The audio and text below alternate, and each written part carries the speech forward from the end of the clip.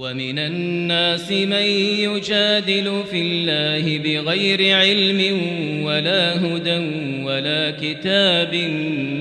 منير ثاني عطفه ليضل عن سبيل الله له في الدنيا خزي ونذيقه يوم القيامة عذاب الحريق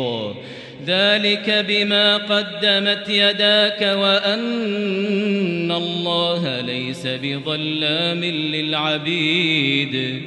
ومن الناس من يعبد الله على حرف فإن أصابه خير اطمأن به وإن أصابته فتنة انقلب على وجهه خسر الدنيا والآخرة ذلك هو الخسران المبين يدعو من دون الله ما لا يضره وما لا ينفعه ذلك هو الضلال البعيد